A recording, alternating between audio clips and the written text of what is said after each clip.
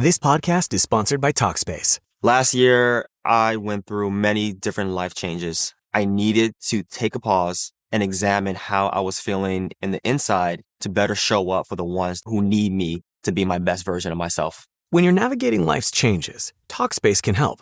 Talkspace is the #1 rated online therapy, bringing you professional support from licensed therapists and psychiatry providers that you can access anytime, anywhere. Living a busy life, navigating a long-distance relationship, becoming a first-step father, Talkspace made all of those journeys possible. I could speak with my therapist in the office. I could speak with my therapist in the comfort of my home. I was never alone.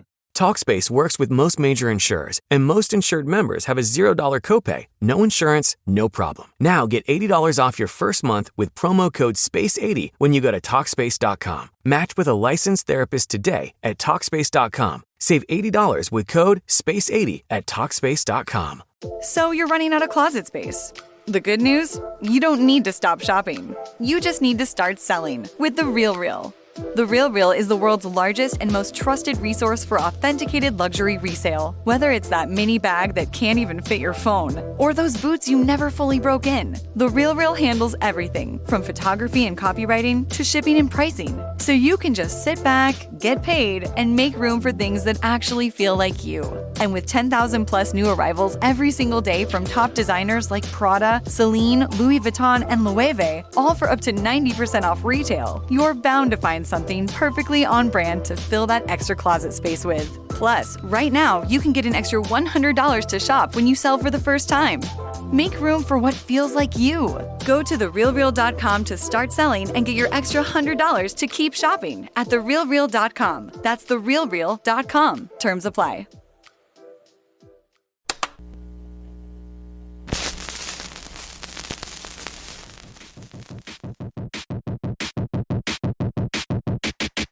Hello, hi, and how are you? Welcome back to another episode of Referential. As always, I am your host, Dr. Carl Denos. Okay, so we're going to be doing things a little differently today with this, the official launch of our brand new series, The Mix, where on the second chair, I'll be joined by some past and new guests to talk about what I've been calling their cornerstone albums. We go in depth and track by track on some of our favorite musical projects to break apart what it's doing, why we love it, and why it's important. And starting us off, I am joined by the iconic Dr. John Paul Higgins, a teacher, author, and host of the Black Fat Femme pod with the always lovely Joho Daniels. Quick note before I go back to setting the table, every time you hear this sound, it means we are going down the track list. Got it? Gotten? Good. Okay, so today we are joined by Dr. John Paul Higgins to talk about Brandy's 2002 album, Full Moon. Coming from the brain trust of musical genius that included LaShawn Daniels, Kenisha Pratt, executive producer Rodney Darkchild, and the Brandy Norwood. The album has been called the Blueprint of Modern R&B, and I have been plotting an episode about this since we launched this podcast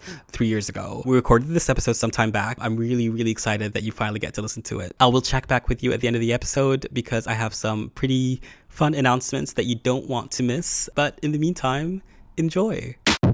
I was yelled at by a friend recently who said that he doesn't like how I don't do intros on the podcast. I like starting in media res, just let the girls come in. I feel like they just walk into my house to a soiree. Yes, yes, it's giving real tea. Yeah, we're trying our best. But that said, I do feel I just must, in this occasion, on this day, on this blessed Sunday. We just had a full moon. We'll get to that later. But we just had a full moon. It did. Yes, we did. I see what you did there. Yes. I just have to take a moment to celebrate the person that I have sat in front of me. I just put down your book. I just finished it. My second read, by the way. I would just like you to know that I'm a real one, and I've been a fan, and I've been here. Love it. So we have with us Dr. John Paul Higgins, the one, the only co-host of the BFF podcast, the Black Fat Femme podcast, and also author of the fantastic book, Black Fat Femme, Revealing the Power of Visually Queer Voices in Media. How are you? I'm doing well, or as well as one can be in this economy. So yes, but I'm doing all right. We got into it a little bit earlier before we started recording about all the darkness, but today, this is a special moment. Have the chance. I approached you because I have been for a really long time looking for the perfect first guest to go into this new podcast thing that I'm doing, where this new genre thing that I'm doing, where we talk about a full-length album that means a lot to both me and the guest. And I'm doing this specifically because I think that the children have stopped listening to albums, and that must be ended. They have. And and that must be fixed, and that they need to be educated because all these single releases, I've had enough. Sorry, I went into my spiel. No, your spiel is right. I feel like the babies don't appreciate art that goes into making an album anymore. Like when we were coming up, and I don't want to sound like we're in my days. I don't want to sound like an old lady, but really it was an occasion. When an artist put an album out, it was like, yes, you look forward to the single, right? You were like, yes, this is amazing. But we rallied around this idea of like, oh my God, this whole album is this and this whole album is that. And so, it's taking me to the time when I would walk. I lived in the suburbs as a kid and I still do, but I remember walking to Target and, that morning, right, when the album dropped. And mind you, also too, it's changed, right? Beyonce changed it. So it used to be on Tuesday morning albums come out. Yes. She changed the game when the digital dropped. Carry on.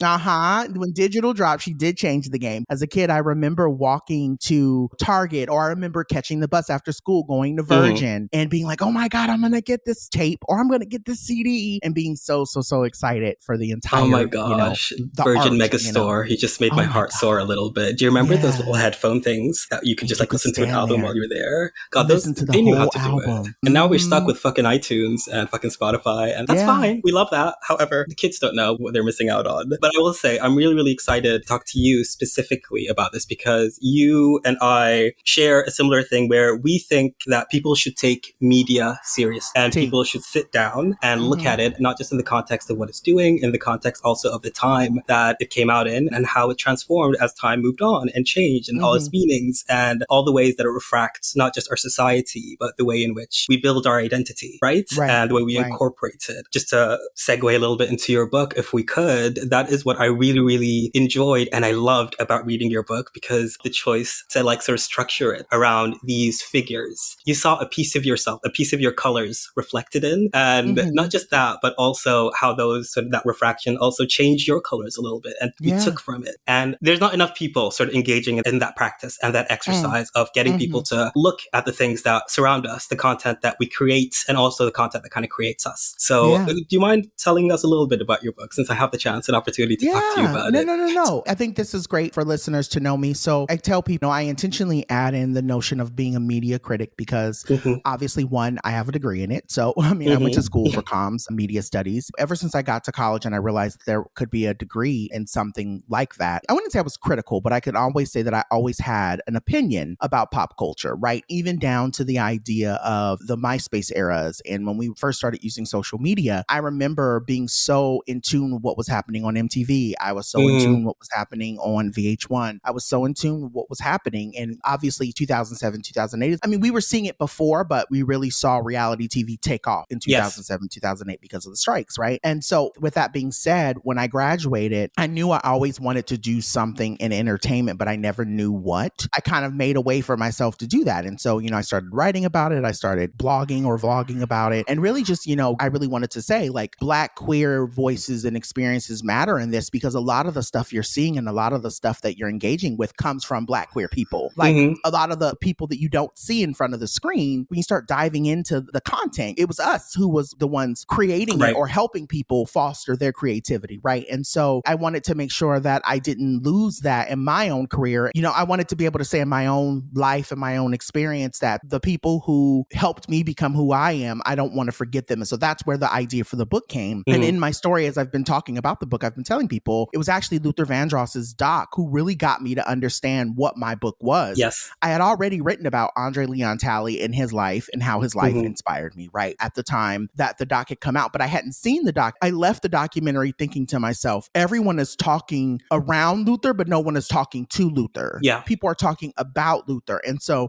I wanted to be able to kind of reclaim that and then flip it and say, what if instead of talking poorly about Luther or about Luther's experience or even Andre's experience, right? What if I thought about all of the queer people who inspired me to become who I am, and I talked about the ways that they showed up and the ways that they fought back in media really helped me become the voice and the very confident person that I am now. That's really what the book is. It's kind of this notion of me telling my story, but also me talking with the people that are in the book, especially the ones that are still here, right? There's only 2 folks in the book. book who don't exist anymore. And so I reached out and I talked to them and I talked to them about their experiences and I engaged them around things. That for me is what really made the book so special, is knowing that it's not me talking about a specific thing. It's not me talking about a specific person. It's me being in conversation with these people and how they impacted me and how they basically helped me stay alive. Yeah. That's the long and the short of it.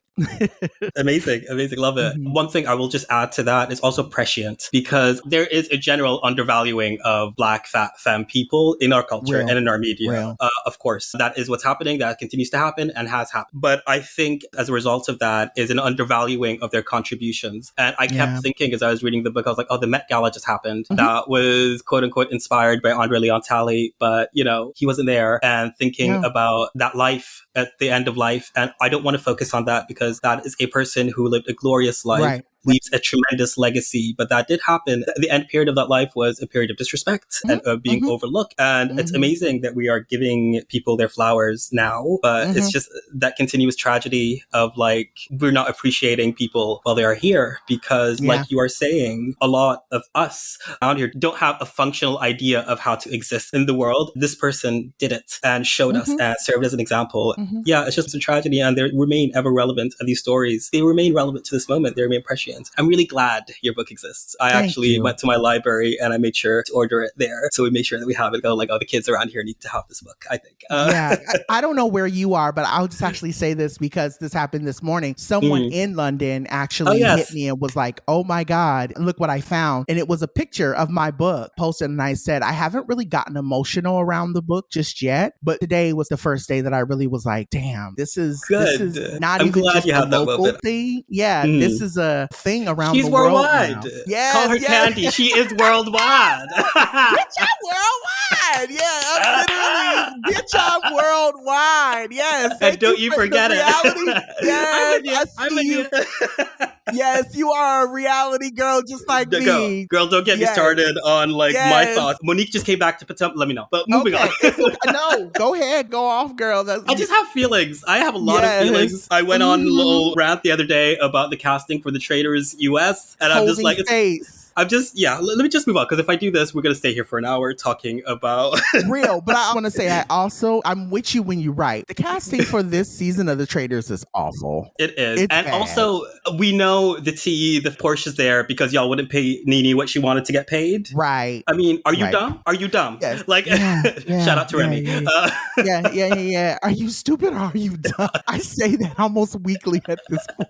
It is in the lexicon now. It's like, I should get it tattooed at this point. Or are you dumb? You dressed up like a chicken wing. Sorry, that stays in my head. That chicken wing line. She's been rolling over trying to make up a comeback. I live for you. I really do. I swear. Oh, honey. Love you. All right. So we are here for a very specific reason. We are going to start with a general chat. We actually haven't even mentioned her name yet because I don't know. I feel like she's such an aura in my life. Yes. You mentioned Luther, the value and meaning of Luther in your life. And by the way, can I just say that is my favorite chapter in the book. It really just resonated with me because, so I was like highlighting the book. I was like, oh, this thing I relate to. This thing I like. Oh, I love how you put that there. And I was like, that Luther section, I just need to stop highlighting. I need to stop highlighting. The whole chapter. That's also, too, I have to tell people, I'm starting to lean more into it, but music, I still to this day kick myself that I didn't go into a career or something connected to music because I'm such a music girly. Music, even this morning. You're a vocalista. You're a vocalista like us. Vocalista. I love it.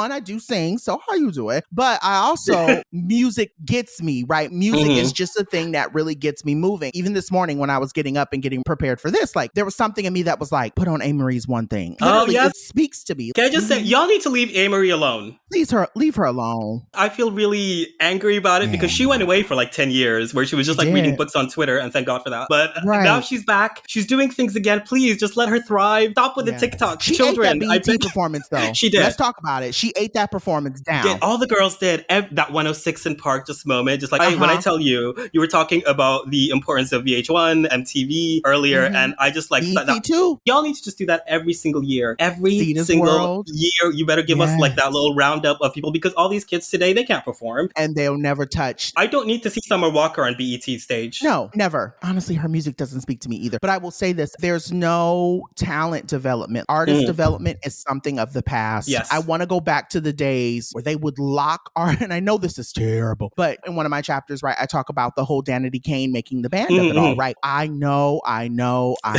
Diddy is terrible. And I know that Bad Boy is terrible. Yes, but we're not talking about that. That's not we're not talking about that. What I'm talking about is, and I know you remember these days when they would lock these artists up in this, like, I don't know if you want to call it like a studio or if you want to call it a hangar or whatever. And they would say for 12 hours, you're dancing and you have a mic in your hand. And I got a gun pointed at your feet. You're getting at these steps right. Pointed at your feet, Lorianne Gibson. Boom cack. Boom cack. Bitch. Dance. You are dancing as if your life depended on it. Okay. And you know what? Boomcat gave us Lady Gaga afterwards. She gave us Nicki Minaj at her weirdest and most interesting. Guys, that worked. We just need to do it ethically. Please. Yes, ethically is the word. But I want us to go back to that. I miss the days when artists, again, the MTV of it all, they would document themselves, the diary of it all. And they're like, oh my God, I'm getting ready for this tour. And for 18 weeks, we've been in it. I want the Beyonce of it all. Beyonce is still doing what I've been saying for years. Artists need that. And it sucks. I know it sucks, but they need that caliber of being held at their will.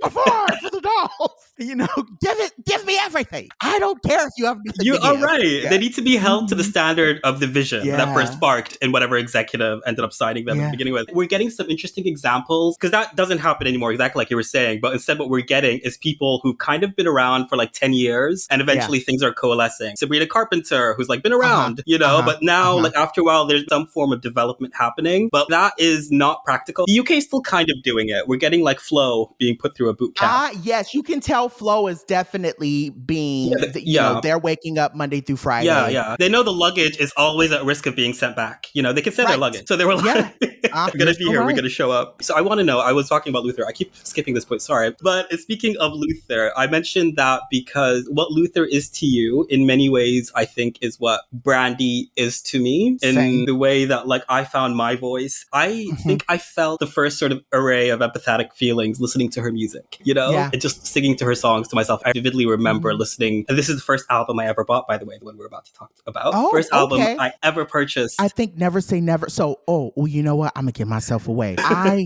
got Never Say Never. That was like my second foray of CDs was Never Say Never, and I did it with Columbia House. Are you a person of a particular age? I know about Columbia House. I know about them. I miss me, but I am aware. Okay. Yeah, so I was gonna say I don't know how young you is, but I am a person of a particular age. My bones love crack. that. And baby, the way I was stealing for that penny, get 12 CDs for a penny. I sure will. I sure will. They're still after you. You know, they're still after you to this day. They probably are. They can keep looking. They can keep looking. Yes. But Brandy's same was in the foray of one of my first CDs I bought as well. Yeah, I think and the reason I bought it is because I used to watch Moesha, and Moesha was like the first TV show I ever loved. So Brandy is like a big deal to me. I guess I wanted to start this off by asking you, what is Brandy to you? What does Brandy mean to you? So first, I have to just throw it out to the doll, TS. Ha, ha, ha, ha, ha, ha, ha, ha, ha, ha, ha, ha, ha. Yes. So I had ha, ha, ha, ha. I love me some T.S. Madison, but she was shady. And I was like, don't come for B-Rocka. Not brand new. Yes, bitch. So let's talk about it. Let's get into it. I have I say this in a very loving and a joyful way. I have this just fascination with Brandy because I just think she's so fucking talented. Yeah. And that's the only way I can say it. So before Moesha, we had her on Thea. Yes. And I remember being fascinatedly, something about this girl is engaging. Like I remember just being such a fan of her on Thea. And then I remember I Want to Be Down dropping and I'm being like, oh, that's the girl from Thea. Yeah. Very much making the connection there. Oh, so she can sing and she can act. Oh my God, she's a triple threat. Yeah. I'll say she's not the best dancer, which we all kind of know. Which is fine. That's fine. I mean, she can hold her own, but she's not a Beyonce, right? Yeah. There was still just this element. I was just so enthralled by her. And then she blew up. Yeah. She got Moesha. She became Cinderella. The fact that she was the first Black Cinderella, I still watch it. Black Barbie. Oh my God. What are you doing there? What are you doing there? What are you doing down there? Impossible for a plain country bumpkin and a prince to join in marriage. Yes, like impossible. Yes. Yes, See, like, in my own little corner, that was mine. In my own little corner.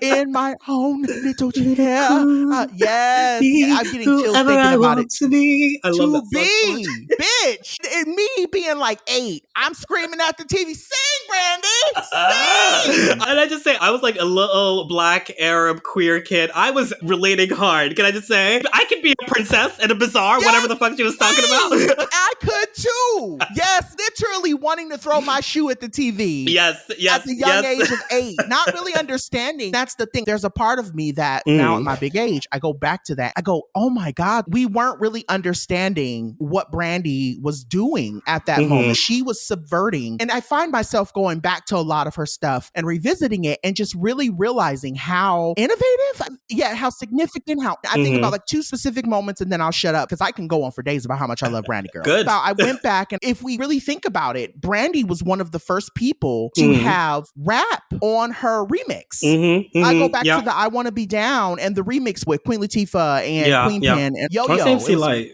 It was MC Light, Yo-Yo, and it was Latifah. But again, how significant that was, not only just Brandy, but for Black music, the idea that it was also on the pop charts too. And Black artists at that time weren't able to cross over. I identify with Brandy for a lot of reasons. I think Moesha was the first American TV show I watched as well. I was a little Black queer kid and I grew up in a household full of white Arab people. So I was the only Black Arab person in that household. Oh, wow. Okay. I remember there was a specific moment where I had a relative say something anti-Black about Brandy. Well, to me, Brandy, I remember, no, she's the most beautiful person in the world. And then feeling that attack on her, reflecting on me because it was an anti-Black thing about Black people. I was like, oh, so this is what's happening. You know what I mean? So what you're saying is Brandy, I identified a lot with Moesha Brandy, you know what I mean? And then I ventured into the music. I mean, I can't even begin talking about the music because that's like a whole other echelon because Brandy as a musician there's like a lot of depth in there that is worth examining. But like Brandy as a figure in culture, I think the other thing about her that I thought about preparing for this, initially I wrote down in my notes, I think Brandy is in many ways the first Black girl star, you know, for a while. And obviously we've had people like Raven and there was obviously Janet Jackson. The thing about Brandy is that like you're mentioning Thea, like she maintained that stardom and it just grew. So she was like well known as a child. And so in many ways, I won't say she forms it, but she like typifies a lot of the templates of how to be a successful young Black girl in the industry and how to advance in that. Thinking a lot about like stuff like the family structure around her that she had as it was guiding her through it. So that in its own just makes her a really important figure in culture. And then like you're saying, she blew up at a certain point. She was the first Black pop star in many ways. Like not the first Black pop star, the first teenage tween in that tween kind of bubblegum pop era. What we had was Brandy. Who we had was Brandy. And so she is incredibly important. And that's putting aside the innovation of her music. Just put that aside. Don't even think about the hits. Just her as a figure is incredibly important. The idea of vocal stacking, the idea that artists still use that to this day and that she was one of the first to do it. I don't know if you ever watched the interview with Rodney Jerkins, but Rodney was talking about how he started that and why he started that. And I think it's imperative that if you're like love music the way I love music or the way we love music, it is important for you to know that because every artist does it. And I'll even say this, like another artist that I absolutely love, shout out to Dawn Richard, obviously talking about Danity Kane. If you go into her catalog, you know, her doing her solo stuff, there are moments where you can hear how much Brandy has inspired Dawn. And I love Dawn. I remember early on in her career, her trying really hard to go away from that. And then that kind of partly fueling what she ended up doing in terms of the experimentation. Because I remember watching Making the Band, a lot of people being like, she sounds like Brandy. And I'm like, that's the highest compliment. If someone said that to me, God, I would die on that. I was like, can I do a fucking cover band? I would do whatever you guys need me to do. I love Brandy. Right. The airiness of certain songs, right? When you hear people interweaving their vocals or when you hear, and again, I'm such a musical person. Like there's a certain sound when I hear Beyonce singing, I can hear her giving credit to Solange. And then there are moments when I'll listen to an album and I'm like, oh, even Jazmine Sullivan, there are moments in her songs where I can go, okay, that's a Brandy run. Brandy. That's Brandy. That's a Brandy run. Or there's a reason Brandy she's called stack. the Vocal Bible. We call her the Vocal Bible. And it's specifically this album, I think, is where that term really a lot of people locate it. And even though people might say aphrodisiac, this is personally my favorite Brandy album, even though I love that one. Don't get me started. But and I have a love-hate relationship with Aphrodisiac. Is Aphrodisiac a great album? Yes. Yes. I just hated that Timbaland was trying to make her what Aaliyah was, and it bothered me. Yes. That was the only gripe I had about Aphrodisiac, but go off. Yeah. I completely agree with you. Yeah. Quite recently, there was like a Billboard article that came out that really was trying to like place the importance on this album and what it means to the history of contemporary R&B. But it's not just contemporary R&B. This album that we're about to talk about, it is one of the most important albums for like the music industry. And a lot of people don't recognize that. It came at a very specific shift. This is an album that captured the shift from like live instrumentation to like electronic sounds and like tested that. This album ended up presaging a lot of things. And the things that she was doing with her vocals, like you were saying, have influenced countless generations upon generations of singers. I was listening to the new Cynthia Erivo album, actually, because someone mentioned to me how, it's really interesting. They said it's really inspired by the way Ariana does her vocal stacking. And I was just like, oh no, this is Brandy. Y'all don't know about this? No, like, let's not do that. It's Brandy. It's coming from her. Yeah, exactly. Yeah. And then, but like thinking of all the generations, like Ariana is like a Brandy daughter. Like she's daughter Brandy. Just like the influence that Brandy has had. Beyonce has credited her directly for influencing albums like B-Day and 4 and the way that she has done those harmonies. Brandy is a monumental figure, and it's a consistent tragedy the way that we don't acknowledge that. We keep talking around it. So can we just say we're going to talk about Full Moon, y'all? Talk about Full Moon, one of the most influential, one of the most beautiful, amazing. I'm so ready to dig into it. I'm so ready to dig into it. Album to ever exist. Period. And I want to say this real quick. The fact that this was the first album to ever blend one song into another, that's what got me. Y'all like Renaissance? Start here. You got to start at Full Moon. Gotta start at Full Moon. And let's talk about when she goes from all in, what is it? She goes in from When You Touch Me I know what you're talking about. All in Me? Like This to All in Me. Like this. It starts just halfway. Y'all know what I'm talking about. Kalela? Y'all know Kalela? Y'all know Renaissance? All daughters.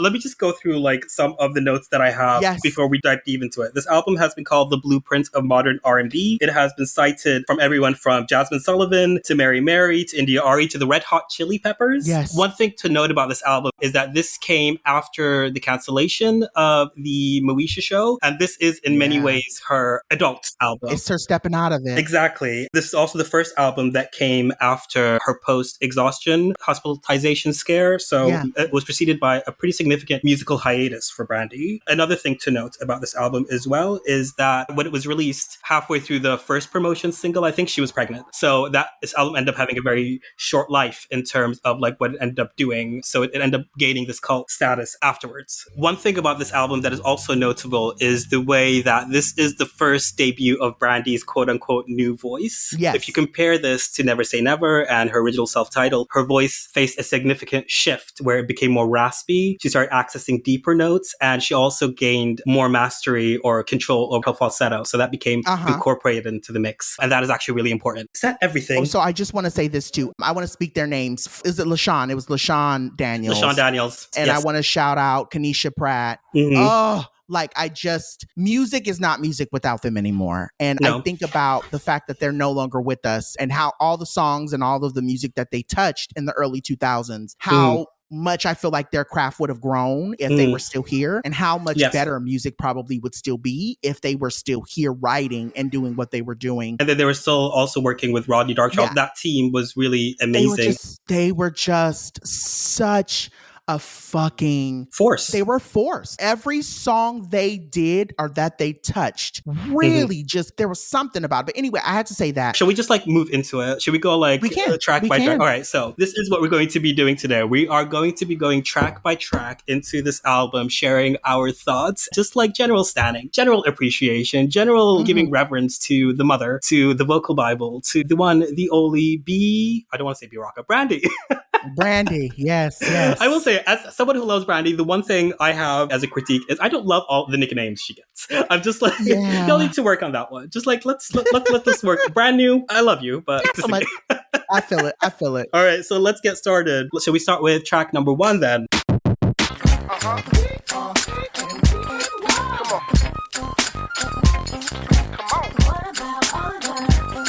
Rocket intro. I think for me, it's that drop when it goes into the beat, right? Because everyone was doing, I mean, you had Janet who was doing it, you had TLC who was doing it. Everyone was doing that digital sound at that moment. But there was just this interesting kind of like, oh, okay, we're in the 2000s, but also it still feels very fresh. It felt every time, even now listening to it, it doesn't feel old. And you could really hear Brandy was really like, she was coming, you know? And I will add also, like, it's great. Usually I skip over this, obviously, because I'm like, I want to get to the meat, if we may. But like you were talking about, this album really does sound fresh, and it was introducing really new sounds. It was using like laser sounds as beats. It was using these like odd synths that were being used before, even in, like you mentioned, Janet and TLC, who were like playing around with that sort of futuristic androidy kind of world, matrixy almost world, I would matrixy, say. Yes, great word. Even though they were like working with that, those specific sounds that Rodney pulls for this weren't being implemented in those that ended up coming after this album. Another thing to note as well is that this album was being worked on in the same studio that Michael Jackson's Unbreakable was also being worked on. Oh, how cool. And Rodney was working on both projects. And so it started time. Incorporating, a lot of those, like you were saying, Y2K kind of bleepy, bloppy sounds. And I guess this intro is a great sort of introduction. I love anytime you hear a voicemail thing. I always just wonder, I was like, who listening to this album do they know what this is? Yeah. And that makes me sad. But moving on. Let's go to the first proper full song on this album. Track number 2, Full Moon.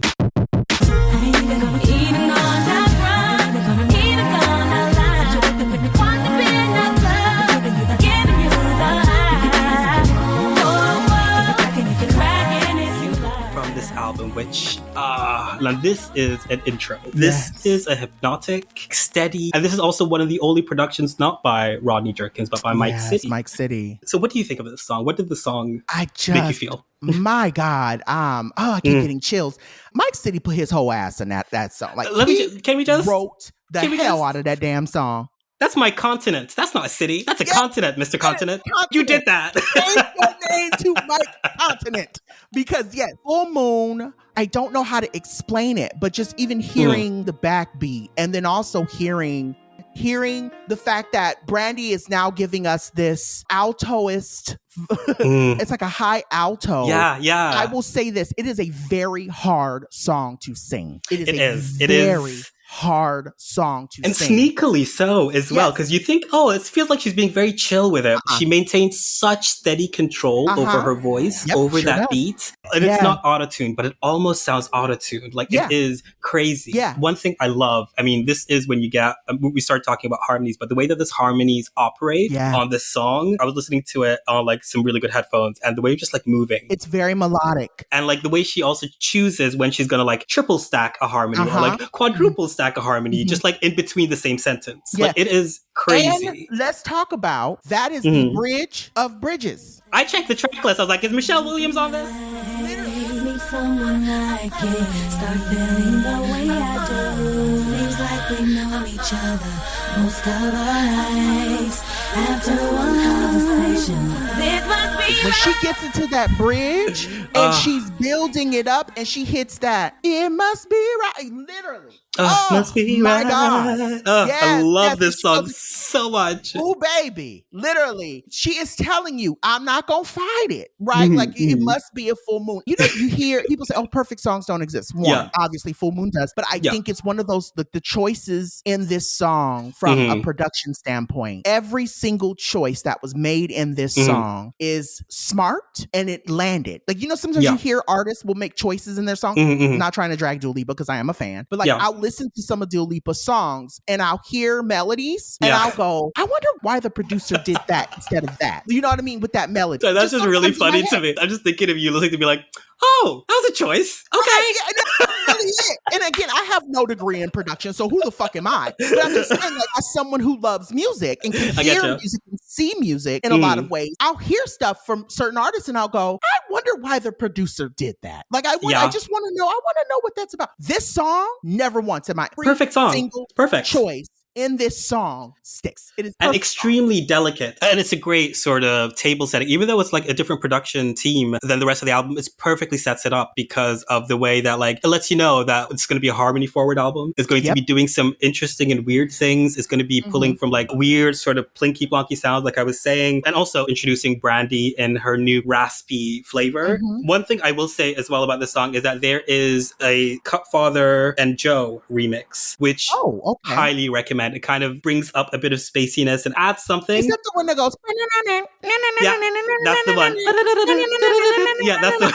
Okay. I know which one you're talking about. Yeah. I just love that remix for some reason. It's a good remix. It serves perfectly. Like at the end of the album, it'll come back up, just sort of ties it together. High recommend. If you are going to listen, I'm not going to say that. You should listen to this whole album. Just follow the track list. Stick a track list. Follow the track list. I will also say this. This is one of the albums that, you know, even Beyonce, there are some albums where I'll go into Beyonce's album, like for instance, Beyonce's album, and I'll skip around because I'm kind of like, I don't really want to. This is an album that I can literally put on and let play. Yeah, there's no just for fun on this album. No offense. Yeah. Like, not just for fun. I hate you.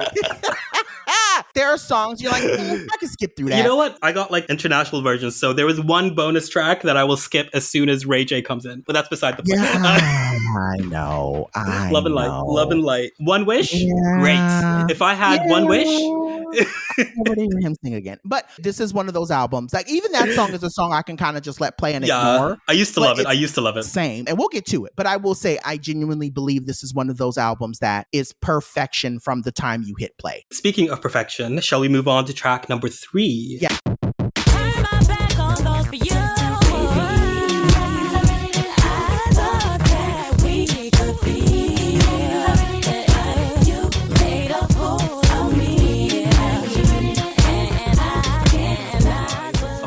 Which this is the single that should have been. Yes, it should have been single. Yes. Can we do that real quick? Songs that should have been a single that didn't get a single, I thought should have been a single. Can we? I had this is when I was in my mind in college of thinking, this is when videos were really a big thing. And I almost thought about going to school to become a video producer because in my mind, I knew what Can We was going to look like as a video. I knew in my head that if I got the chance to direct that video, how Brandy would look, what it would be giving. I had it all mapped out in my head. I need to ask you about that. Maybe write us a little treatment at some point. Just share it. We need to know what that looked like. It was very spacey. It was coming off of the What About Us video. There was a lot of circles and square blocks and a lot of camera changes and a lot of different looks. Isn't it funny how that like sticks in your head? Because I have those songs as well. Yeah. And then certain songs that did end up becoming singles that I just refused to watch the music video for. It's not the vision. It's not the right vision. It's not my vision. Sorry. It's not my vision. But I had a vision for Can We, but go off. I agree with you 1,000% that I thought should have been a single. I will also say very hard song to sing. I think this was one of the last songs that made the album because you can hear the breakdown in her relationship in this song. Yeah. Go ahead. Just to hit on your point about how difficult it is to sing, there's almost this hidden harmony in the like me.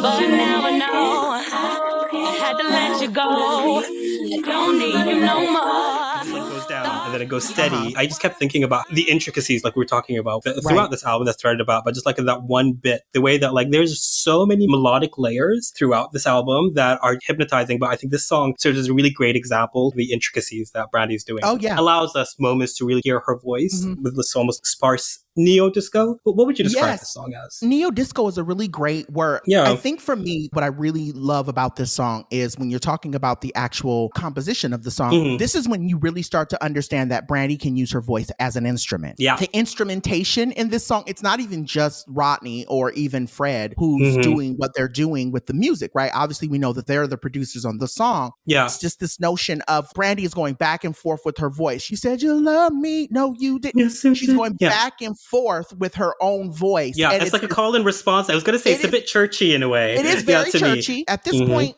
you can tell her parents are pastors or in the church. And thank God. Thank goodness. It is a very churchy album. But what I will say is that this song is very much giving the Brandy you thought was a singer is now truly a singer. Yeah. Because I mean, Almost Didn't Count. That's when I was like, oh wow, Brandy is a singer. And it feels like that song hinted at this in a way with the way that she was doing those. But then she levels up with I Thought. And I said, oh, this bitch can sing. I said, this is the song on this album that makes me go, oh, she can sing. Yes. Right. And so I don't have anything that's more, let me break down these. We don't need to say anything about that. It is. She's the vocal Bible. Look. If anyone was to ask me, why do you say Brandy is the vocal Bible? I thought track 3, Full Moon. Yes, completely agree. Great song. Should have been a single. It's such a shame that this album ended up not getting as much of a life as it deserved. If this had the push and the faith behind it, this could have been like a really big hit for her as well. But, it's a shame. But we all always have it. But shall we move on to the next track, though, which is track number 4.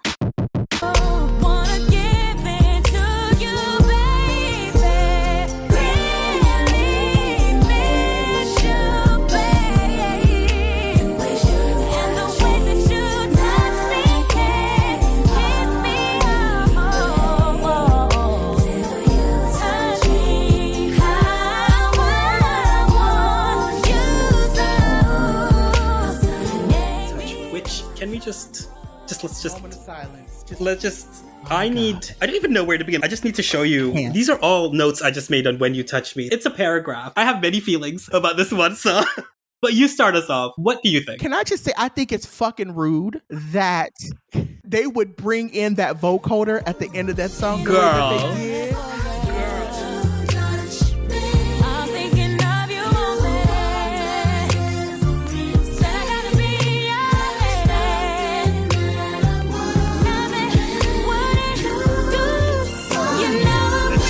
Place of Voice to Many, the song a little bit, right? I know what song you're talking about. It took me there. I was just like, oh my God. It just shifted the song slightly because when I was first hearing it, for some reason it took me to a place of like a slightly Timbaland-y ballad. I love Timbaland. I was like, oh, I love that as like being something that you're reaching toward to play with. But like this song, first of all, shout out to Joe Louis Thomas who came in with that robotic vocal that just sort of came in throughout the chorus and stuff. I loved this song as a kid. One of those problematic songs I used to listen to in the car that I really shouldn't have. Really out loud. I was like, it's a bit too adult for me. I was like 14 or 15 talking about, baby, I can't wait for you when you touch me. But it ain't of you only. Yeah, like, girl. You should not. Can I tell you, this song and Rope Burn by Janet Jackson. My lips hurt. Were like on loop, and I cannot. Thank God my mother is not very proficient in English because, baby, the way When You Touch Me is that song.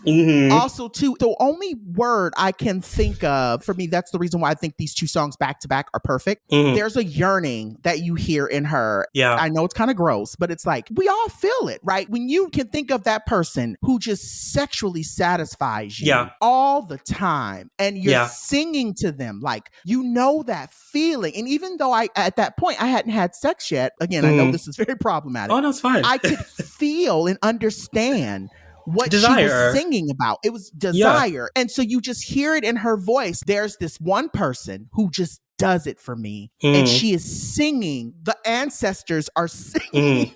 She's singing from a very ancestral place. She is. In this song. She is. It's a weird mishmash. Like you were saying, it has like this guttural desire, this very tender, almost raw feeling. I love the contrast, the robotic harmonies. Initially, I heard this song, I was like, oh, this takes me to a place of 90s. Obviously, I mentioned like Boyz II Men and all that stuff. Right. The way that it was like almost put through a filter to that present moment and like updated as well. Yeah. I think the song is absolute magic. I loved the song when I was a kid. I still love it today. That's the right word. This song, there's something magical about this song. Yeah. I think the whole album is magical, really, when you talk about finding the right spark and the right creativity and the right people in the room. But there's just something about this song that every time it starts, from the rain and her talking at the beginning of it to this notion of, where she is in this moment. You're with her and she's singing and she's talking a lot about what's going, but you're like, yes, girl. Like it's very, yes, bitch. Yes. Yes. Like it's literally all you can do throughout the song. Like also it's a sing-along song. Yes. One thing I really love about it, there's an element of her vocals almost like she sounds like she's singing along to herself on a radio, or singing along. Really miss you. Oh, come on, Brandy. Disgusting. disgusting what she does. There's a post-chorus where she like hits a really that is just like, how dare you? Come on, like, how dare you, lady? You need to go away.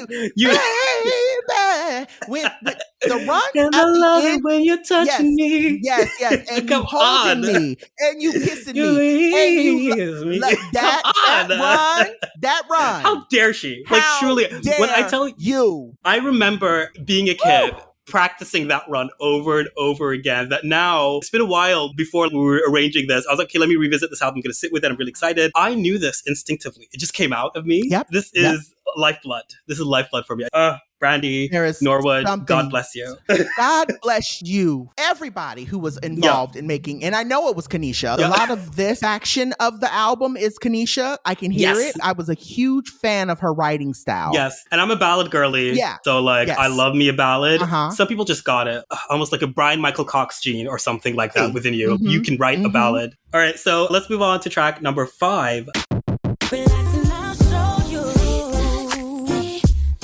I'll show you just what you do to me, yeah. Please hold me. Oh, I give you all of me, every bit of me.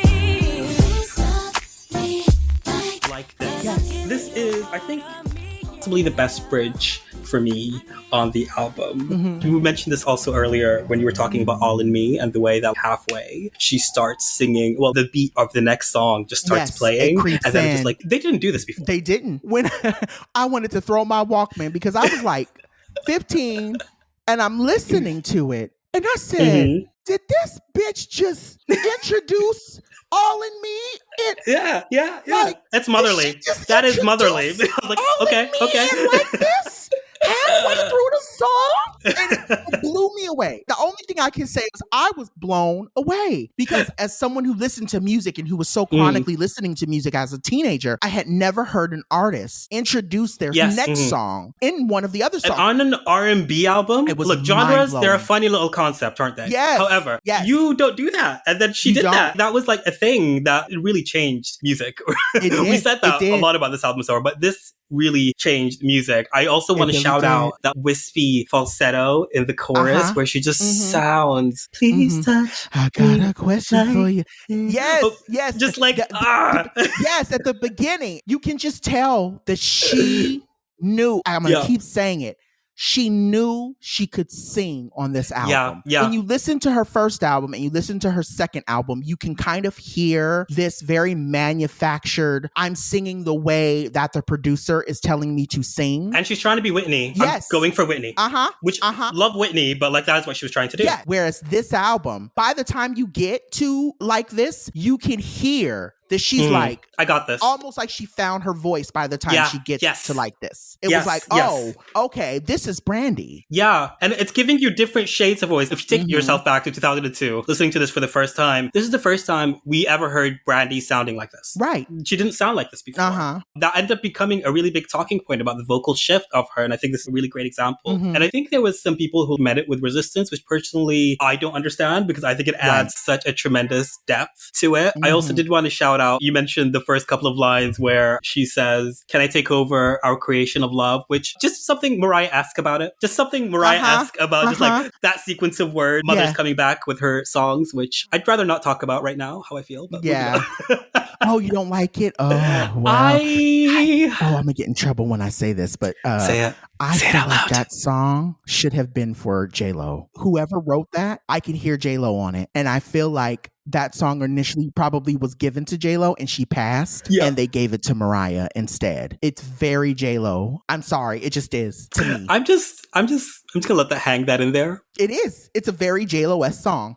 Dr. John Paul, they are correct. And I will broach no criticism, no comment, no critique. Unfortunately, this is a situation that we have found ourselves in. And look, I am a lamb. I am a lamb like the rest of us. It's difficult for me to also declare myself. Like I said, I've talked about being Arab. So it's like cannibalism. I'm calling myself a lamb here publicly. So right. I'm so sorry. But moving on. Choices were made. Choices were made. Moving. I also want to say, too, I think one of the best bridges of the album.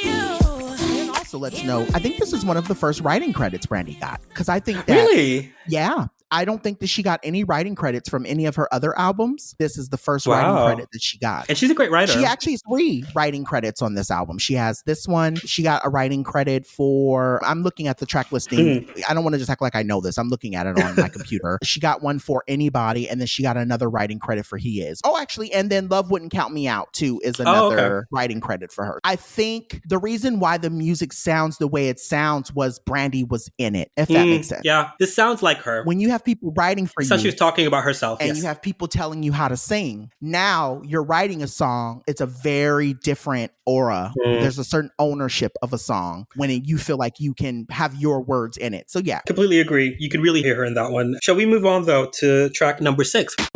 Baby, you can see no life through me. Beat the breeze and you get through the day. Know that I'll make everything okay. Think of me, baby. We started talking about a little bit earlier, All in Me. Yes. What do you feel about All in Me? All in Me. All I want to say is, baby, Anything you could ever need, baby, I promise you'll find me. Don't matter if it's a hope dream.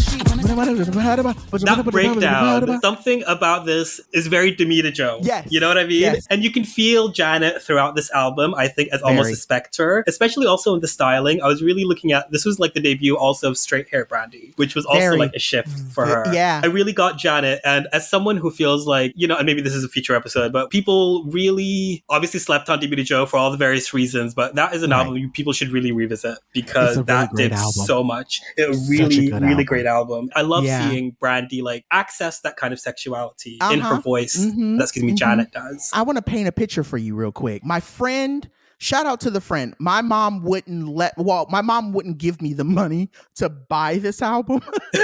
When I was a kid, I wanted this album so bad. And my mom was like, no, I'm not giving you the money for it. If you want it, you work for it. I was like, fuck. Yeah. I was waiting to get paid from work to go buy it about a week later. And so my friend, when this album came out, he let me borrow it. And I took it on this camping trip that we went to. And I literally laid on the back of the truck looking at the stars. Every time I listen to this album, there are remnants of that trip that come back to me because I literally immersed myself in this album that entire week we were on that camping trip. And that's a lovely memory. Was one of the songs that I could just creatively, like I said, I could see the song in my mind in the schematics. I love that it starts out very mid-tempo, then they speed it up, and then they slow it down so much. Yeah. And again, no one was doing that at that time in music. This is one of the most genius songs I think that is on this album. Yeah, and you know what? We've not talked about Rodney Jerkins, Darkchild yet. If we're going to talk about like an innovator in music, someone who really, I think, changed the sound of radio, pop music, R&B, you could like keep going. This is the person, let me just like some of his credits. He Wasn't Man Enough for Me, which... Who do you think I am?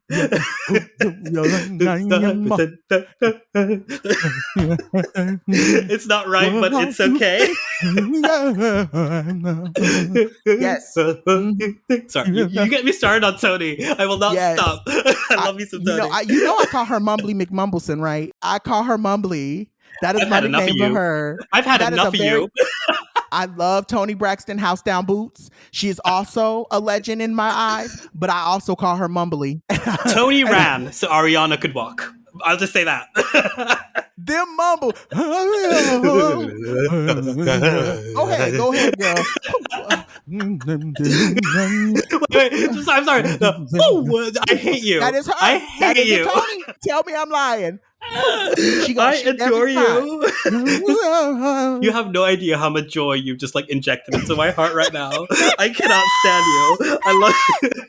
All right, so he wasn't mad enough for me. It's not right, but it's okay. Saturday. Whitney had. Can we? We're not gonna ever finish this episode. Whitney had questions. Friday night, you and your boys went out to eat. If two of them went out, math was not mathing.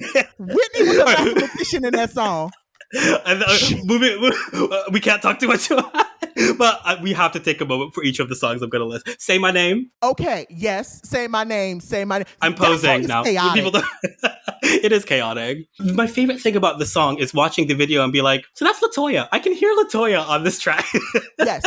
I know LaToya Luckett. I know LaToya Luckett. Don't try me. Torn in between the two. Yeah. Yes. I really Wanna be with love you, me some LaToya. bitch, yes. So I know my LaToya. The fact that just Michelle. Oh my God.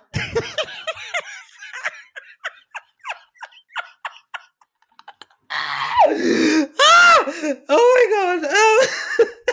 Okay, Telephone by Lady Gaga and Beyonce.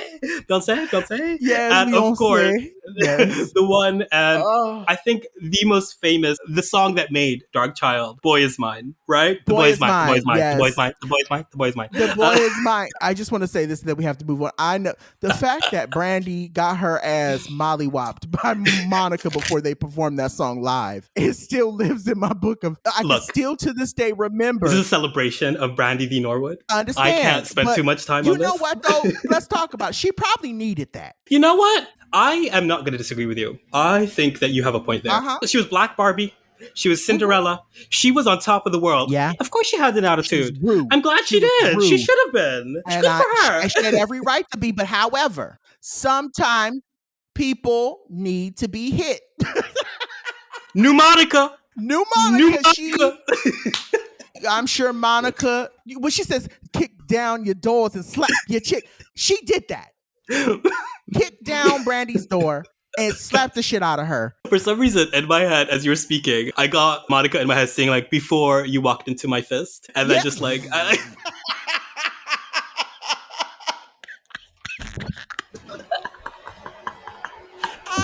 hate it here. Okay, we are only on track. We gotta move on. I'm having so much fun. Okay, I'll speed us up. A ball. No, track number 7.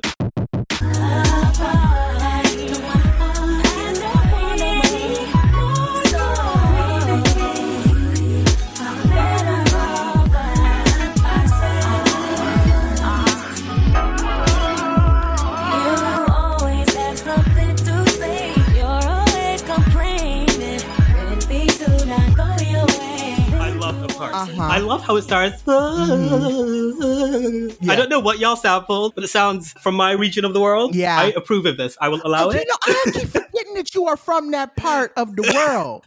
And yes, she's a child of the world. I hear it. I too. A part, I'll be transparent, is not one of my favorite songs on the album. Fair enough. However, I can still hear what Keith Crouch was trying to do, and I understand it. I appreciate how much it fit into, I guess the only right word, the coalesce. There's just this melodic sound as you go down the Full Moon album. I feel like a part was like the perfect. It needed to be there. It fit in. Yeah, it was the middle. I don't have much notes about that. I love aspects of it, but this is one of the songs that, like exactly like you were saying, it feels like a thought experiment almost. I love the results, but I completely also understand not loving the song. I get it, but I never do anything that pleases you. Yes, baby. That's just very nice. Okay, shall we move on to track number 8?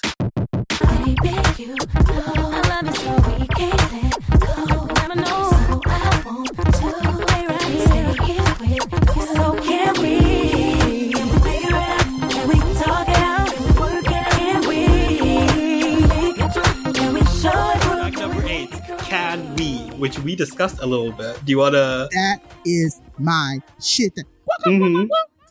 Can we? Yeah. And for me, it's the ending. It's that weird telekinetic drop that Rodney was doing at the time with a lot of his music. And the fact that when it fully drops, it lands you into What About Us. And I will say this, I know we're going to talk about What About Us in a second. What About Us, when it first came out, I hated that fucking song. I said, what the fuck is this? Why are we doing this? I was looking around like, who thought this was a great idea for a first single? I was so pissed when that song came out because I felt like I had so much banking on Brandy for her third album. And so I was mad that this was a lead single. And then when I heard the album and we went from Can We into What About Us, I said, oh, Now I get it. There's no way any other song could have come after Can We? And What About Us is the perfect song for that. I noted that. Actually, I also wrote down this was a childhood favorite of mine. I remember really playing out this song a little bit, quite a lot. I really love the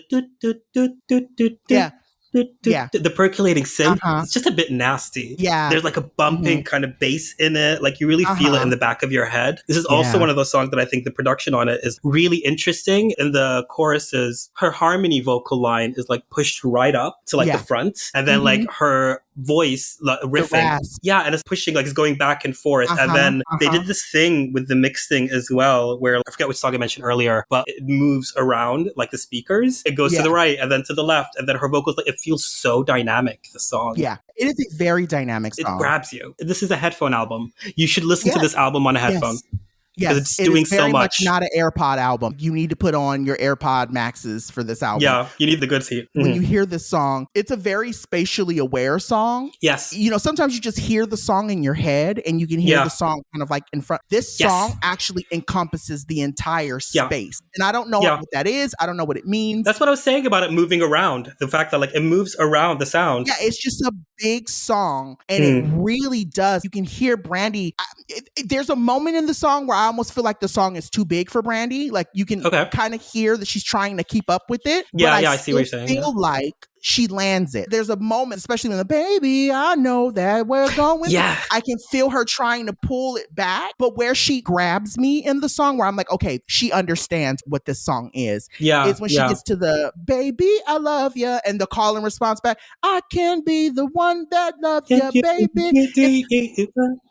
That for me, because there was a part in the second verse where I was like, I feel like Brandy, this is a little bit, she bit off more than she could chew. Yeah, it's getting erratic. Yeah, by the time she gets to that point in the song, that's when I'm like, oh, she's got it. She's back. There's just a lot of, I think that's the word I'm looking for. There's a lot of creativity in this song that I don't think that artists had at the time. And I just love that Brandy actually took it. She tried it and then she actually landed it. It's a really feel good. It's one of my favorite songs. And also put it on the album, because this is one of the songs they could easily in A&R being like, not this one, that's not going to be in the track list. But the fact that she stuck with it, completely agree with you. I don't think I have anything to add on that one. Love the song, love everything about it. And I echo everything that you said. Shall we move on to track number 9?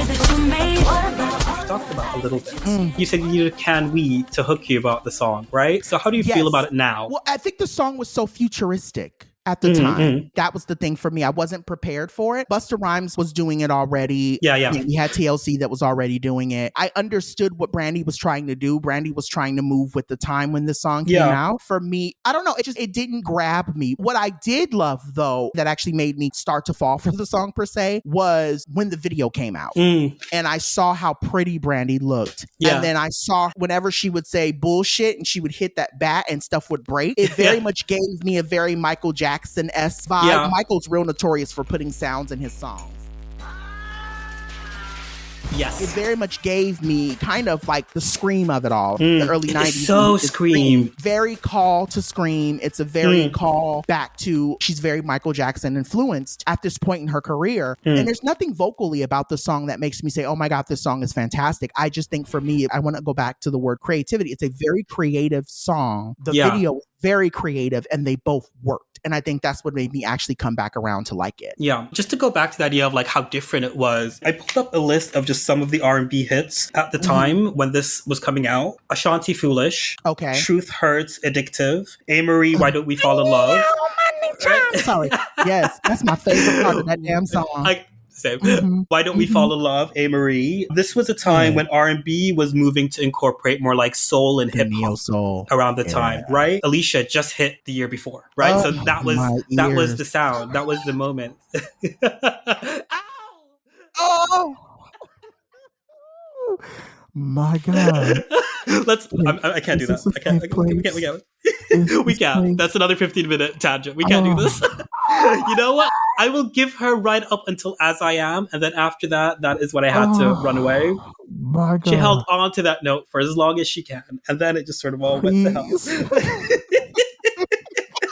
Whoever signed her, I'll never forgive Clive Davis for that. Sorry, go on. I'll never forgive him for that. For him putting that baby on us. You know who else will? Her husband's first wife. Moving on. Yeah. Well, slow blink. Okay, we gotta move. Yes. I will add, I did find that the production in What About Us, it did hit me in an interesting way because this is also one of the moments that their harmonies are really like interesting to me. Like I mentioned earlier, there's like 4 voices singing, and then all of a sudden there's like 26 voices singing, and then like it kind of creates almost surround sound quality that sort of just comes in and goes away, So shout out to that for the song. But shall we move on then to track number 10? We don't want anybody to know.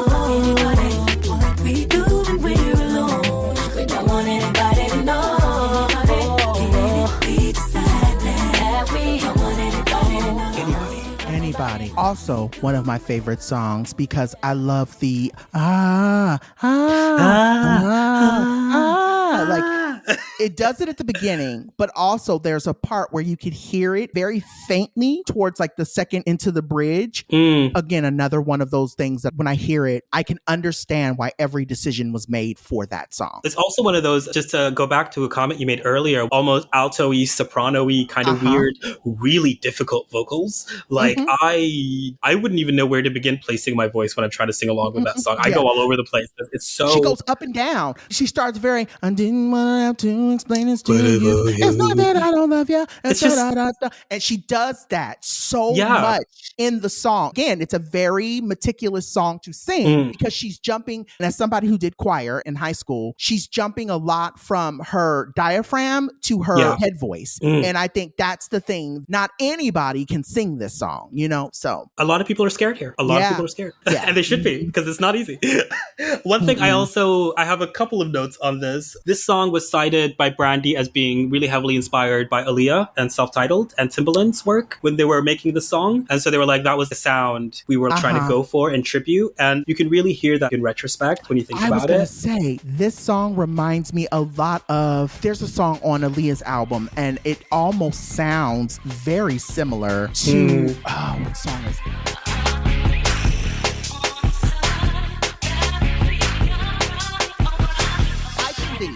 That's what it reminds me of. It reminds me a lot of I Can Be. Yes. Every time I hear this song, I always immediately in my head go to I Can Be by Aaliyah, because you can hear it. You can really hear it. You can. It's worth, we did not talk about Aaliyah too much, but Aaliyah obviously was like a huge figure near or around Brandy at the time. Right. It's great that she really went to honor the work that her and Timbaland and Missy Elliott were creating in collaboration together, especially as Brandy will go on to work with some of those same people more. I just really appreciated Brandy for like taking this chance to honor her when she could, because a lot of people wouldn't do that. And now to completely shift the tone on this, I also noted down that I think this is a DL anthem. Okay. I want anybody to know. Come on. Yes, a DL anthem. It's this, I'm cheating and I ain't supposed to be. Yes. It's very saving my love for you. Right. Saving all my love for you. Yes, y'all, it is. Creeping. But just like to track back to What About Us, I just read a note. I was like, I think it's worth thinking about that song in relation to It's Not Right, But It's Okay as well. I think they share a lineage, and I feel like that's part of the story of this part of the album. Let's move on now to track number 11. I'll be waiting. I am nothing without you, baby. Nothing. It's driving me crazy. Nothing. No one loves so nothing without you, baby. Entered the ballad section of this album with Nothing. This is my favorite part of the album. I wrote R&B Enya. Yes, R&B Enya. Yes, I never thought of that. But Nothing is very melodic. You can just hear in it that she's hurt. And the part of the song that really, really, really sells it is the vocals at the end when she's singing by herself. There's no track. You just hear it in her voice like, my God, this bitch can sing.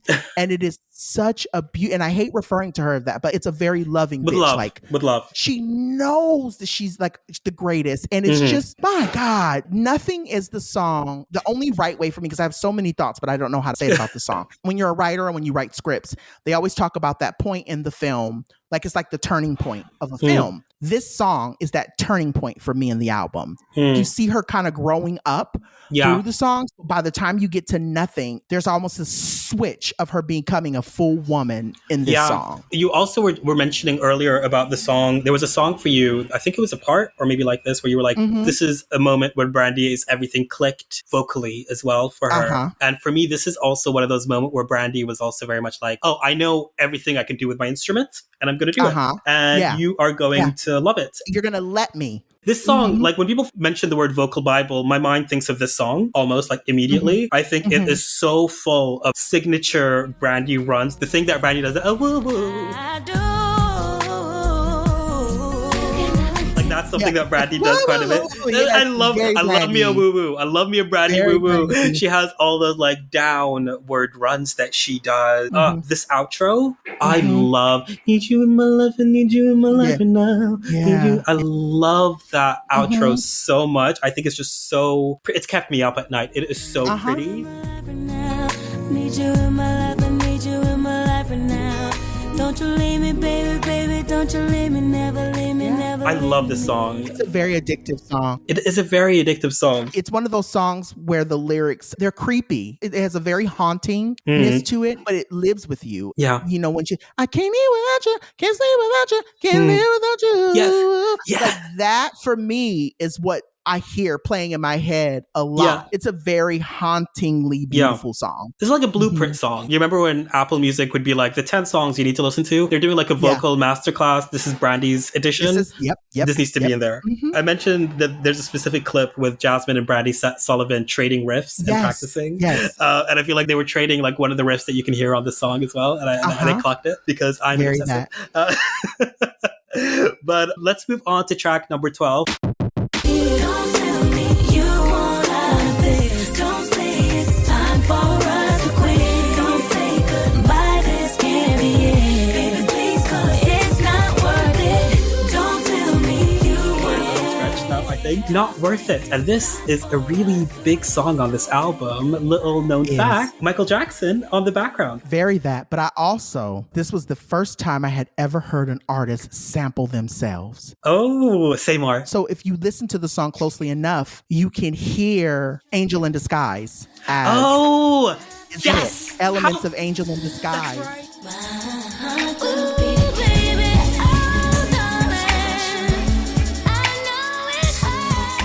Yes. And that's literally me listening and I'm going, did this bitch just sample herself? That blew me away because I didn't think it was possible. I thought that was illegal. It's almost like when you write a paper and you quote yourself. Obviously, I do it because I'm a scholar, right? I can do that. I have a doctorate degree. I can quote myself. They have a book. Who are you? I have a book. I'm like, I'm 15 listening and I said, did this bitch just sample Angel in Disguise? She just sampled herself. It's like, and I need you, baby. Yeah. Yes. And then she says, it's not over. And she says, don't tell me. And then you hear Michael. And I'm just standing there looking around going, this bitch has Michael on. I know you're an MJ fan, aren't you? You're like a Michael person. Yes, say more. And so I'm going, Michael is on this song and she just sampled herself. I literally could have combusted when I heard this song. For me, it's not even just, obviously the track is still very much in that Afro-futuristic sound. But it's almost like the only way I can always say is that anytime I hear this song, it almost feels like I'm in a box. Because I can hear the angst that she has in this song. It starts with Nothing and it rolls into It's Not Worth It. And so you can kind of just start to feel this suffering. That's the only right way to say it, is that's what makes me love this song so much is there's this longing and suffering that she has where she's basically, I hate the word begging, but she's begging and her voice is just so perfect on this damn song. It is. And then you have the production. It's fantastic. Yeah, I was going to note on her voice, you were mentioning about how there's that yearning. I think part of that as well is that this, don't tell me you wanna, that part sounds so much like young Brandy to me, you know? Yes, It has that yes, clarity. it She still does. has the ability to summon that tone, and like using it here, it adds this almost like youthful feeling that makes the begging that you were talking about feel almost more tragic. It feels young. Yeah. It feels like A young broken heart heart. aspect of Yeah. it. I think that's probably one of my favorite sort of choruses, pre-choruses in the thing. It's a Amen. really fun song. And also just like such a flex. You got MJ on your track. Well, it is a major flex, and it makes a lot of sense because, like you said, their albums were being recorded at the same time. So I'm sure Rodney probably just walked over to Michael and was like, "Can you please just do this for Brandy, please?" Exactly what And happened. Michael was like, "Sure." I will also say the thing that I love about this song is that it's a callback to the Never Say Never of it all when she's doing the phone interlude. Oh my God. This was such a big thing at the time. Yes. And so hearing at the end when she starts the laughing and it's very much, it sounds like she's on a phone and she's like, I'm just playing. Yeah. It's very much, like you said, the younger Brandy. She hasn't lost herself in this album. It's still very much giving, you know, when you heard her in the car interlude or when she's on the phone at the beginning and she's talking to, you know, Rodney about the song for I Thought, you're still getting, even though it's a really sad song, it's still playful. Gotcha. That's what makes me really enjoy this song a lot. Yeah, I completely agree with you there. Should we move on? We got a big one coming up. Track number 13.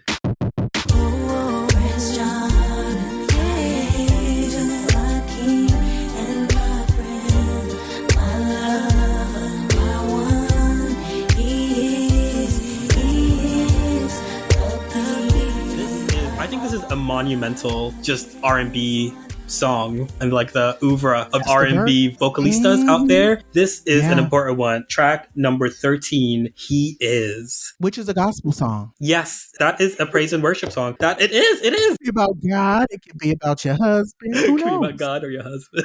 Yeah. To quote Mimi, it is also a stone cold groove, I would say. I love this song. Okay. I think of it almost as an equivalent to, you know, Love by Music Soul Child. Yes. It's very like praise song that is also like a love song. And I know the writers actually wrote it as a gospel sort of praise song. And Never knew that. Yeah, and Brandy didn't realize it either until after the album was released, where they were like, oh yeah, this is actually about Jesus.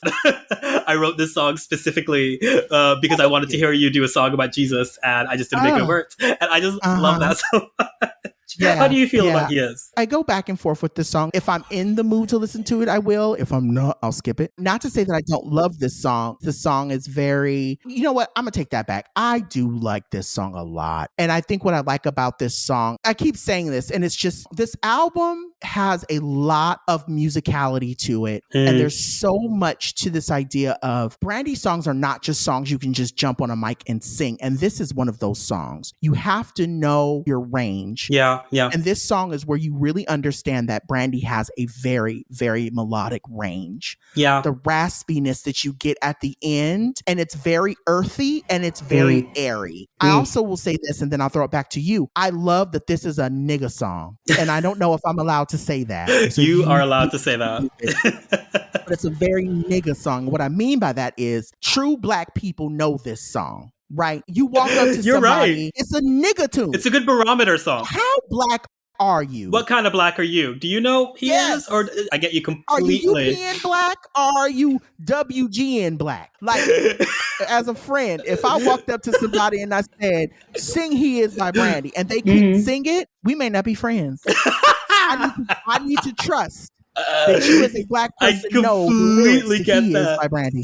You know, a similar song like that for me is The Roof by Mariah Carey. That's like, if you know The Roof, you good people, we're good. And we are the same. If you do not, then I'm worried. Well, I'm worried. I'm not worried. We're done. It's just over. Yes, is this a safe space? And that's the thing. I want to walk into a room and I want to know everybody, even if you don't know all the words, I still want to know you know the song. Yeah. It's a beautiful song. And safe space like song. I said, it's not one of my favorites on the album, but I will say that this is one of those songs where I can understand why people have it in their wedding. I can understand why people sing it at church. Such a wedding song. It is a wedding song. I'm in love, whatever the aspect of it. I'm in love with God. I'm in love with my husband. I'm in love with my partner. You're talking about everything that you love about a person. Again, that yearning and that desire and that joy. It's a song that encapsulates you. And I will say, I stand on that. It's very clever with its stealth religion, you know? Very Mary Mary. Yeah, it's very cleverly written that it allows it to be palatable for everybody. I also want to note the meditative aspect of it. It's like almost repetitious with the vocals, which I really, really love. I find that really relaxing. These are also moments where Brandy, and she's doing a lot with her voice, like you were saying in the song. The end part is just like belting, you know, like she's doing like mixing and doing like all these things with her voice that are like, this is Brandy really showing you the colors of her instrument and the melodic colors of the instrument and like a lot of the things that she's capable of that we haven't had insight on before. There's a part of the song, she starts mimicking a violin with the harmony. Yes. And my friend, my love, my one, he is. And that is something she brings back in How I Feel on her later albums, and then a cappella in her Human album. That's something that she does a lot, where she's experimenting with instrumentalizing her voice. This is like one of the first moments, and it's beautiful. That's deep. Beautiful. Because I'm going to tell you right now, that boom clap on a cappella is hard. Can we just... I actually can't even... That song is nasty. The fact that she went to a studio and was just like, I'm going to just do this, and it's going to sound like a guitar. It's going to sound like a drum. It's just going to work.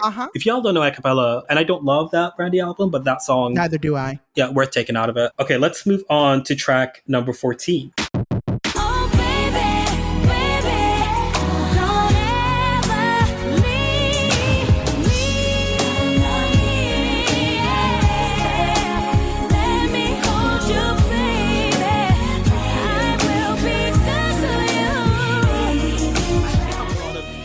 About this song. This might be my favorite song on this album. Maybe today it is. So it's track number 14, Come a Little Bit Closer. How do you feel about it? Okay, so I'm not going to even get into we can talk for days about what makes this song the best song, but I'm gonna tell you right now, my little gay ass, I had a crush on this boy named Christian Steinmetz. I'm probably telling you way too much.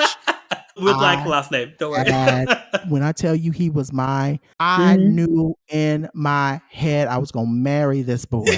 And he knew how much I was in love with him. We were really good friends. He was probably one of the first people that actually allowed me to be queer around him. Oh, that's nice. Baby, when this song would come on, the way I thought about this boy, this was going to be our wedding song. This was our that's so cute. wedding. I still to this day, when I hear this song, I can recall the feeling that I had about Christian. Does it make you go to a place of divorcee? Like, my first love. My first Come love, a little bit closer. My God. I loved that boy, house down, boots. This song could explain every single reason why you are interested in someone. There's a perfect explanation to the question. Like, you in a single day. Bitch, in a single day. I could just keep singing. I cannot even begin to explain what this song did to me for the first time when I heard it. I said, I literally wanted to flip a table. I want to flip a table every time I listen to this album because it just keeps getting better. And this, by the time you get to the song, you know that you're only maybe about 2-3 more songs left. It's like, fuck, Brandy, can you not do this to me? How are you still impressing me? Right. I'm so impressed. We're 14 tracks deep. And usually by this point, especially like a 2000s album, you get like 14 tracks. It's just like the wilderness, you know? You're like, you don't know what's going on. But this one, I'll start with one thing. I really picked up on it. There's an almost, and this will sound weird, but there's a Phil Collins-y energy to the song to me. Yes, right? I hear it. She ends up covering a song in a bonus track later on, Another Day in Paradise, Phil Collins-y. So it is in the mix. What I find really amazing of the song is how she like starts it off really straight. You know, she's not riffing a lot. She is just like teasing you with like a riff. She's just singing this sort of very straight. She's sprinkling over the first chorus, just a little riff here and there. Here's a little try, which how dare you? But like she just does little things here and there. And then like as the song goes on, it just expands. Yeah. The way she just ends up owning the song, the way she just ends up building on it. I'll give you a piece of trivia that I think you'll find really interesting. This song was initially intended for NSYNC. Can you hear it? Hold on. Can I hear it? I know that And lately I couldn't be. I can hear JT on it. I can hear JT singing the lead on this. The only relevant one. Let's just say that. Yeah. Mm-hmm. Yeah. I think for me, what makes me love this song so much is when she gets into that, I don't know if you want to call it an A verse, but when she's singing and then she kind of drops, and I know you'll be leaving me soon. And then it's dropping and it's dropping and it's dropping tonight. And then when she holds Come closer. Yeah. You get a little bit closer. That's where you hear the air. And that's what makes me love her voice. That's what makes me love this song so fucking much. And that's what makes me love Brandy as an artist. There's this airiness that she can hold in her voice. And a lot of artists try. They really try to emulate it. And it's just not there. It's just not there. Come a Little Closer is the pinnacle of a Brandy song. It is everything that you love about Brandy. It is everything that you know about her and her craft. And completely agree. Yeah. This song is an index. It is. You should listen to the song if you want to understand Brandy. Study it. This is a song of index of like classic rung, classic production, things that she crafted as part of her identity. The song is like part of the oeuvre of Brandy that I think is very important. So I completely agree. Just to piggyback off of something you were saying about her voice, I could very much see myself if this song was like sung and released by someone else. This could have been a skippable song for me on the album. I think I could see that. It's her voice that makes it for me. This song. Yes. It transforms it. Such a beautiful song. Can I say this and then I know we have to move? I feel like the melody of the song and the music of the song is great, but I feel like her voice is the actual song, if that makes sense. Yes. Like, you know, you hear songs, you're like, okay, the person's singing on the track. Okay. And a lot of her album is that. Brandy's using her talent to sing on a track. Yeah. This song, she kind of flips that, where if I was to have heard this song without the track, I could still love it the same way because her voice is the song, if that makes sense. And that's what makes me love this song so much. It needs her. There's nobody else who could have done the song. No, not at all. Completely agree. Okay, we are close to the end. So let us move on to track number 15. Please, what's happened, baby? You could be there. I'm gonna break with me. Now it's over. And I guess it just wasn't true. You said, 'cause I know it wouldn't kill me. Count me out. Dr. John Paul, what do you feel about this song? This is how people have been saying Honey from Renaissance is the sister of Sweet Honey Buckin'. I feel like Love Wouldn't Count Me Out is the sister to Tomorrow on Never Say Never. They're sisters. Sorry, you just mentioned a song that when I tell you a core of my being is that song. Yeah. Yes. I completely agree with you. You got the right person for this. You're not new. I'm just saying, you're not new to this. You're not new to this. You're true to this. I am a Brandy fan. Let me tell you right now. My core 4 has Brandy in it. I'm telling you right now. Can you give us the core 4 real quick? My core 4. So, my core 4. Obviously, Beyonce, Brandy. Yeah. I'm probably going to put Michael. Michael is definitely in my core 4. What's another album that probably the Shindellas. I don't know if you know who the Shindellas are. Great choice. Great choice. People need to know the Shindellas. That's just where I am. I listen to the Shindellas daily at this point. I'm going to be asking for like a recommendation and answer. Keep that top of mind, I say. Okay. But what are your thoughts on Love Wouldn't Count Me Out? First of all, I think that is a great comp, Tomorrow. And this song, because they have this almost Broadway feel to it. Yes. It feels very staged. I was thinking that. Right? It's very like crushed velvet gown, a rose. It's very that. And like a diva moment. Dramatic. That is made. It's dramatic. I just clear the stage. I'm coming. I love this song. Also worth noting, features Brandy's longest recorded notes ever, which I believe is a full 30 seconds. She holds the notes. Oh, wow. And like towards the end of the songs. I don't actually have much to say about this song. I think it's just like a really gorgeously sung ballad. Mm-hmm. I have had conversations with other R&B fans whenever I've talked about this album. It's not their favorite, but like I said, I'm not new to this. I'm true to this. I love a good R&B vocal moment. Yeah, it's a good song. And highly recommend. Also, this is one of my favorites as a kid because I was a dramatic little child. Yeah. You said that you would love me. You said you would. Yeah, like Bridge builds so much anxiety and so much sadness. It's a drama song. It's for the theater kids, right? Yes, you know, like for the theater, like it's very that. I love this song. It's for the theater kid. What's that part where she's like, you need, you love me. She does her signature. Gave us a signature woo woo. Thank you, Brandy. Give us a signature woo woo at the end of that song. Yeah, oh, woo woo. It's like, okay, Brandy. I love it. All right, let's move on to track 16. I don't know why I stayed with you for so long. I should have. He's nothing like you at all. That's why I say I never felt so good. And my world is brighter now. There's no more rainy clouds. Down your track list is the final song. Yeah. Wow. What do you think about Wow? Wow is a good song. Wow is also, it's not my top rated, but it is a great song to go out on, especially the ending. If you don't have, because I got the North American edition with Die Without You. So Die Without You is my last song for this album in my head. But if it is a standard edition, it is a great song to go out on. So this is the thing I think I love about this album. It's a very traditional R&B album in the sense that you're seeing the emotional roller coaster of love, right? Yes. You're getting this notion of the things that someone says to you that you think they're going to do. Then they come back around and they change their mind and they love you and they're doing all of these great things. And then now you're back to this thing where you're fighting with them again. Like, what about us? What about all the things you said to me? And it's a relationship album. It's a very relationship driven album. And I think Wow is a great way to end the album because she's talking about the pain she went through from Love Wouldn't Count Me Out. And now she's back to Wow and this idea of saying like, I never thought someone could love me. And even with all of the stuff we've gone through in this album, I'm still loved at a way that no one else could ever love me because, and I'm so grateful and so thankful for this person. Yes. It closes the loop. Yeah, it closes the loop. Perfect explanation. Yeah. Because the concept of this album, which I don't think we've talked about much, but Brandy said it is tracking a relationship that has ended. So it's like the start towards the end of a relationship and then the start of a new one with Wow.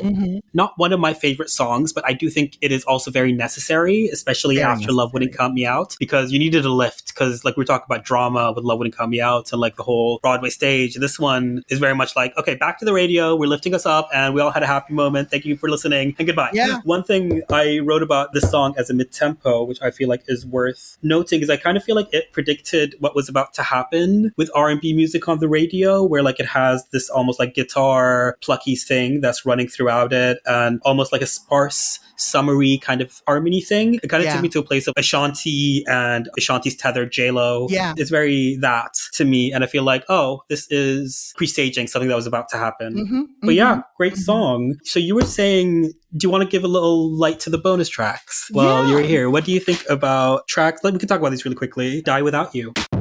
My soul, take every little piece of my mind, 'cause if you're gone inside, I die without you. I'm not too familiar with that song. I know it, but I don't love it, if I'm going to be honest. So it's a remake. Yes, which it is. Also I love because Brandy was notorious for always doing a remake at the end of every album. So that always made me really happy when we got a remake from Brandy. I love the original Die Without You by PM Dawn, but I appreciate the fact that you can see her friendship with her brother. And I don't know where they stand now. Word on the curb is that they're not as close as they used to be. And so I don't know where they stand now, but at least at this time, I really appreciated the love and the relationship she had with her brother. It was cute. I know this song is a love song and she's talking about love, but I also love the idea of like me and my brother are this way. Like I genuinely, as much as I want to slap my brother upside his head, I literally love my brother and I would die without my brother. Yeah. I could see like if I was in Brandy's shoes and someone brought this to me and said, hey, we're going to redo this, I could see and understand why she would say Ray J has to be on this with me because he's my light,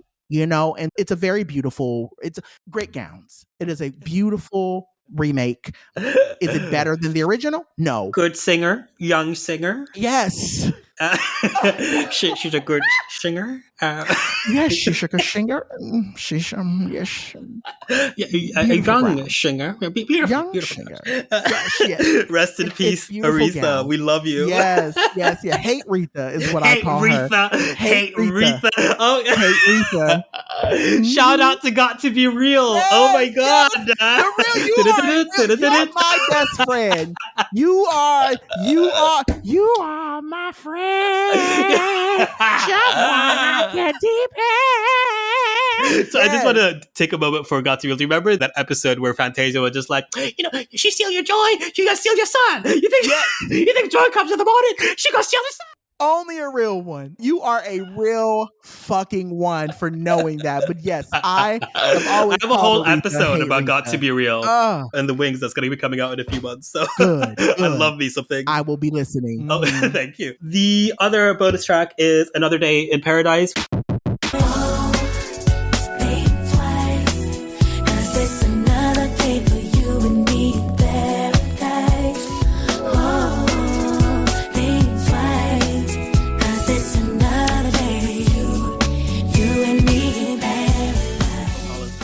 Also another collaboration with Ray J. I think that Brandy's parts on the song are absolutely beautiful and magical. I might consider making a Brandy Oli mix. We'll see. Because I think it's necessary. The world needs it. I don't think Ray J should have been. Monica should have been on it. Yes. That should have been Monica. But here we are. And there was also a bonus track titled I Want to Fall in Love.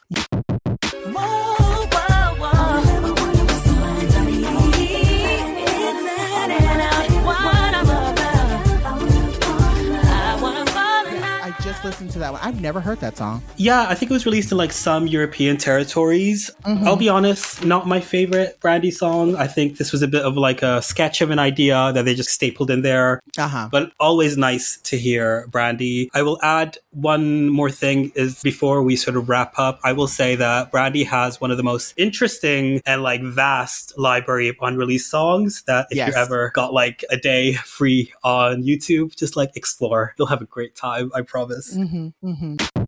Dr. John Paul, we've talked about Full Moon. Was a key. 2 hours talking about this album is not enough. I could literally talk for another 18 years about how amazing this album is. It is. And can I just say you have been a joy. Thank you so much for coming on the podcast. So I've been waiting to do this episode because this is like an album that means a lot to me, and I've been waiting to find the perfect person to do it with. And a mutual friend of ours suggested you, and I was like, wait a minute, I know that name. And then I looked online, I was like, oh, Dr. John Paul, you are Black Twitter to me in a way.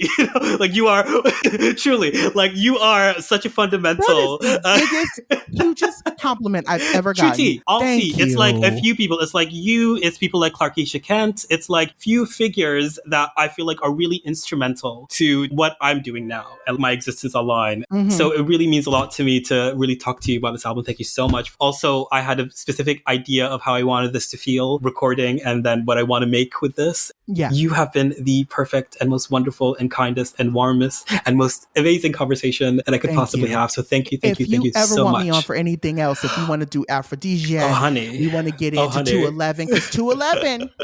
I skip Human because Human is not one of my favorite Brandy albums. I understood what she was trying to do there, but she lost me. But 211, I was in that bitch. Yeah, we're back in. 211 is Bipolar. Back in. Wait, no, that was Bipolar. Yeah, that was Wish Your Love Away. That was Put It Down. That was yes. We can fall in love. Baby, the way I was doing that dance, I'm gonna laugh. Oh my God, that harp. If you put it down right, that's the way you want it. Boy, you're talking so tough. Damn, I love it all. Either way you flex, then just tell me who you know you made me weak. Yes, Brandy, we speak your name. We love you. On that album, I'm telling you right now, you are always welcome to come on, talk to me about music, talk to me about TV show, talk to me about Brandy. You are welcome. You have been an absolute delight. I want you back. I know you're a big Drag Race fan. I would like to talk to you about Drag Race at some point. That too. Awesome. I have thoughts about that. Even this season of All Stars, girl. You'll be receiving a DM from me soon. But besides, let's just wrap up. Thank you so much for coming. Say bye-bye, Dr. John Paul. Bye, baby. Thank you so much for having me. I'll talk to you soon. And that was the episode. Thank you so much for listening to the official launch of the Mix series. And thank you, Dr. John Paul, for being such a fabulous guest. You can find them everywhere at Dr. John Paul on socials. That's Dr. Jon Paul. I also highly recommend, while you're still on the podcast app, that you go and search for the Black Fat Femme Pod with Dr. John Paul, Higgins, and Joho Daniels. And if you don't already, to pick up their book from your local bookshop. I also want to give a special shout out to Layla for helping me edit this episode, and as always to Victor for the visual and video work. And little announcement, we are officially now on Patreon. There's a link in the show notes if you'd like to support, and there'll be a little mini episode about it all in your feeds very soon with more details. But we appreciate anybody who wants to give us some money to keep the pod going. And while I'm in announcement mode, if you're in the UK, take out your calendars right now and mark down June 13th for something special that I'll tell you all about a little later this month. Until then, leave us a 5-star review to help people find us, share the episode if you liked it, and subscribe. You can find the pod at Also Perp everywhere on socials, at Referential Podcast on YouTube. Keep an ear out for the next Mix episode where I will be joined by Karen Charm to talk about Joni Mitchell's Blue. But until then, take care of yourself, love you, be good, and bye.